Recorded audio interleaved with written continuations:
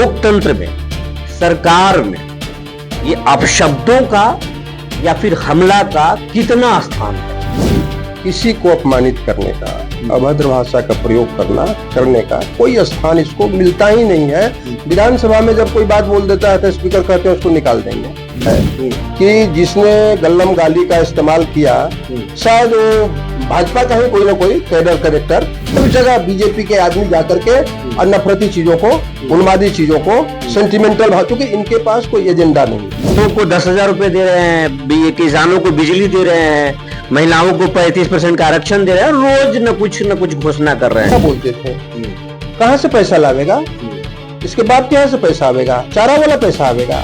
यानी Nitish Kumar ji double role में हमेशा पटना के एसएसपी तो बोले ना, मंगल पांडे वाली घटना में बाहर से गुंडे बुलाए गए थे। तो अमित शाह जी खाली जुमले पढ़ेंगे कि अपना ड्यूटी भी करेंगे, खाली जुमला पढ़ेंगे कि अपना ड्यूटी भी करेंगे। बहुत घिनौना काम किया है। और पटना की पुलिस कहाँ थी?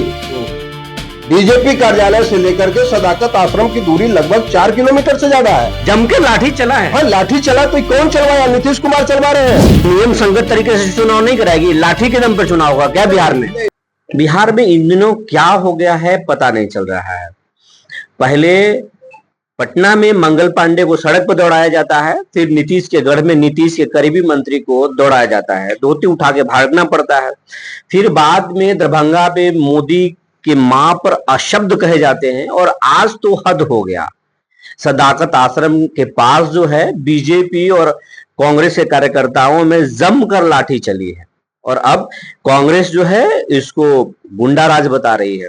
लेकिन आम लोगों का कहना है कि क्या इस बार चुनाव बिहार में लाठी के दम पर लड़ा जाएगा या फिर चुनाव आयोग के हिसाब से लड़ा जाएगा? क्या होगा? हमारे साथ बिहार सरकार के पूर्व मंत्री हैं और लालू के हनुमान कहे जाते हैं, सुरेश पासवान जी हैं। इनसे समझते हैं कि लोकतंत्र में, सरकार में ये अपशब्दों का या फिर हमला का कितना स्थान है? देखिए, लोकतंत्र में या राजनीति में भी कह लीजिए, कहीं भी किसी को अपमानित करने का, अभद्र भाषा का प्रयोग करने का कोई स्थान इसको मिलता ही नहीं है। विधानसभा में जब कोई बात बोल देता है तो स्पीकर कहते हैं उसको निकाल देंगे। इसलिए इसको किसी भी कीमत पर कोई भी टॉलरेट नहीं करेगा। और जहां तक सवाल है आज के घटना का, कि उस घटना के प्रतिक्रिया में पता नहीं किसने किया, वो जांच का विषय है, सामने आना चाहिए। और जैसा कि जानकारी मिल रहा है कि जिसने गल्लम गाली का इस्तेमाल किया, शायद वो भाजपा का ही कोई ना कोई कैडर करेक्टर है। जो दरभंगा में जो पकड़ा गया घटना होगा, पकड़ा गया है वो। हाँ, जैसा कि सुन रहे हैं सोशल मीडिया पर आ रहा है कि बीजेपी का कार्यकर्ता है। तो ये लोग सब जगह इस काम को करेंगे, सब जगह बीजेपी के आदमी जाकर के और नफरती चीजों को, उन्मादी चीजों को, सेंटिमेंटल भाव, क्योंकि इनके पास कोई एजेंडा नहीं है। ये 11 साल के अपने विकास की बात नहीं कर रहे हैं। 20 साल के नीतीश कुमार जी अपना विकास की बात नहीं, एनडीए के विकास की बात नहीं कर रहे हैं। एक गल्लम गाली पर, द्वितम पैदार पर चुनाव को ले जाना चाहिए। आप मंत्री जी बोल रहे हैं कि इनके पास मुद्दे नहीं है। नीतीश कुमार जो है चाचा बोलते हैं तेजस्वी, और वो चाचा तो खजाना खोल दिए हैं। अब तो महिलाओं को 10,000 रुपए दे रहे हैं, किसानों को बिजली दे रहे हैं, महिलाओं को 35% का आरक्षण दे रहे हैं, रोज न कुछ घोषणा कर रहे हैं। लेकिन आप कह रहे हैं कि मुद्दे नहीं है। देखिए, यही नीतीश कुमार जी 2020 में क्या बोलते थे, याद करना चाहिए। एनडीए के साथ थे और तेजस्वी जी ने जब कहा कि 10 लाख रुपए, 10 लाख लोगों को मैं फर्स्ट कैबिनेट में सिग्नेचर करूंगा नौकरी पर, पक्की नौकरी के लिए, तो नीतीश जी पूरे बिहार में घूर करके क्या बोलते थे, कहां से पैसा लावेगा, इसके बाद कहां से पैसा आवेगा, चारा वाला पैसा आवेगा।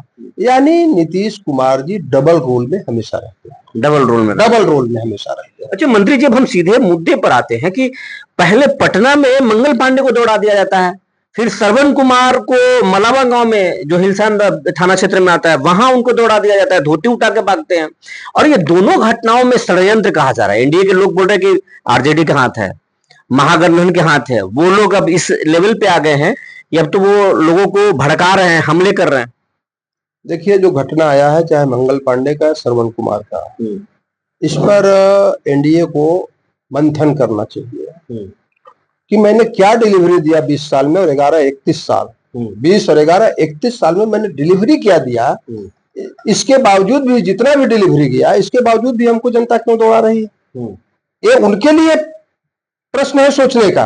विपक्ष का इसमें कोई लेना देना नहीं है। विपक्ष इस घटना को मतलब कि कोई मैंने पटना के एसएसपी तो बोले ना, मंगल पांडे वाली घटना में बाहर से गुंडे बुलाए गए थे। अरे भैया, तो उस गुंडा को या चुनाव के लिए कहते हैं कि बांग्लादेशी घुस गया, तो इन लॉ एंड ऑर्डर को और बांग्लादेशी को, पाकिस्तानी को रोकने का किसका ड्यूटी है? एमएसए का है, मिनिस्ट्री ऑफ होम अफेयर्स का है। तो अमित शाह जी खाली जुमले पढ़ेंगे कि अपना ड्यूटी भी करेंगे? खाली जुमला पढ़ेंगे कि अपना ड्यूटी भी करेंगे? ये ड्यूटी तो कानून व्यवस्था, मुख्यमंत्री जी गृह मंत्री है, अमित शाह जी गृह मंत्री है भारत सरकार के, तो ये दोनों की ड्यूटी बनती है। आज जो घटना हुआ कि बीजेपी कार्यालय से सदाकत आश्रम जो कांग्रेस का कार्यालय है वहां तक मार्च करने का जो काम किया और जाकर के जैसा कि पता चला है कि गेट तोड़ करके अंदर प्रवेश, बहुत घिनौना काम किया है। और पटना की पुलिस कहाँ थी? बीजेपी कार्यालय से लेकर के सदाकत आश्रम की दूरी लगभग 4 किलोमीटर से ज्यादा है। जम के लाठी चला है। हाँ, लाठी चला तो कौन चलवाया? नीतीश कुमार चलवा रहे हैं। नीतीश कुमार की पुलिस कहाँ थी रोकने के लिए? उनको रोकना चाहिए था डाक बंगला पर, उनको रोकना चाहिए था इनकम टैक्स पर, उनको रोकना चाहिए था गांधी मूर्ति के पास। इसलिए बीजेपी और नीतीश कुमार दोनों मिलकर के इन हरकतों में शामिल है। मुझे कहने में कोई अतिशयोक्ति नहीं। प्रशांत किशोर भी बोल रहे हैं कि अब जो जनता कुछ काम नहीं किए तो जनता नेताओं को दौड़ाएगी। तो क्या इस बार जो है चुनाव आयोग जो है वो नियम संगत तरीके से चुनाव नहीं कराएगी? लाठी के दम पर चुनाव होगा क्या बिहार में? लाठी तंत्र आ जाएगा? जनता के जज्बात को जो भी सरकार हो, मुसोलिनी और हिटलर को भी देख लीजिए, जनता के जो जज्बात है उसको जो दरकिनार करता है, इग्नोर करता है, तो जनता इसी तरह के काम करने के लिए उतर जाती है। आखिरी सवाल आपसे आखिरी सवाल है हमारा कि बिहार बहुत तेजी से ग्रो कर रहा है। बिहार में इस चुनाव में जो रोजगार की बात हो रही है, शिक्षा की बात हो रही है, चाहे वो आपका गठबंधन हो, एनडीए हो या फिर बाकी लोग नेता कर रहे हो, वो सब रोजगार की बात कर रहे हो। कहीं बिहार की छवि को बदनाम करने की साजिश है क्या बाहर से?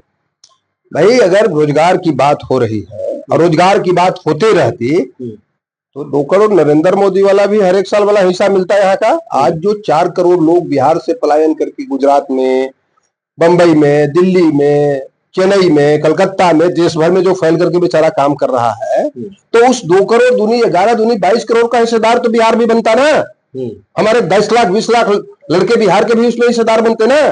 तो ये रोजगार की बात इनको केवल चुनाव के समय में याद पड़ता है। अच्छा, आपके क्षेत्र से आते हैं राजेश कुमार अभी सोशल मीडिया पर अपने पेज पर लिखे हैं कि बीजेपी का असली कैरेक्टर सामने आ गया। दलितों के जिस तरीके से अपमान बीजेपी कर रही है वो सही नहीं है आज की घटना को लेकर।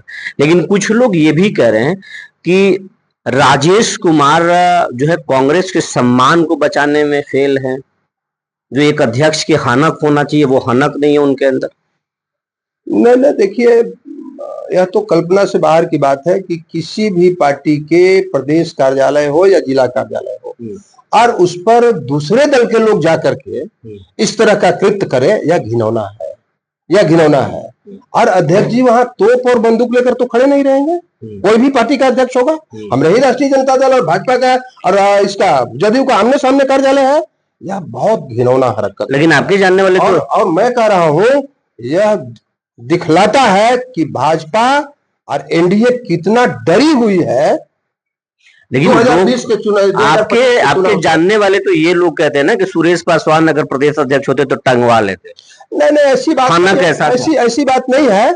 यह कृत्य ही घिनौना हुआ है ना। टंगवाने का काम होता है सरकार के जो गृह मंत्रालय है, गृह मंत्री है, उनका काम है। किसी आम पब्लिक को टांगवाने और टांगने का और ठोकने का अधिकार, जिस तरह से ठोकने वाली भाषा का इस्तेमाल, बुलडोज वाली भाषा का इस्तेमाल एनडीए सरकार करती है, यह कोई नेता के समझ लीजिए कि हिस्से का काम नहीं है, यह गुंडा के हिस्से का काम है। कुटुंबा से तैयारी है ना? नहीं, तैयारी तो हम राजनीति कर रहे हैं, तो तैयारी तो महागठबंधन में मेरी दावेदारी है और महागठबंधन का जो फैसला होगा वह सर्वमान्य होगा। जनता के बीच जाएंगे लेकर के उसको। ये थे सुरेश पासवान जी, जो बता रहे थे कि आज जो पटना में कृत हुआ है वो बहुत गलत है किसी भी पार्टी के लिए। लोकतंत्र जो है वो लोक लाज से चलता है और कुटुंबा से इनकी तैयारी है। बने रहिए हमारे साथ, तब तक के लिए धन्यवाद।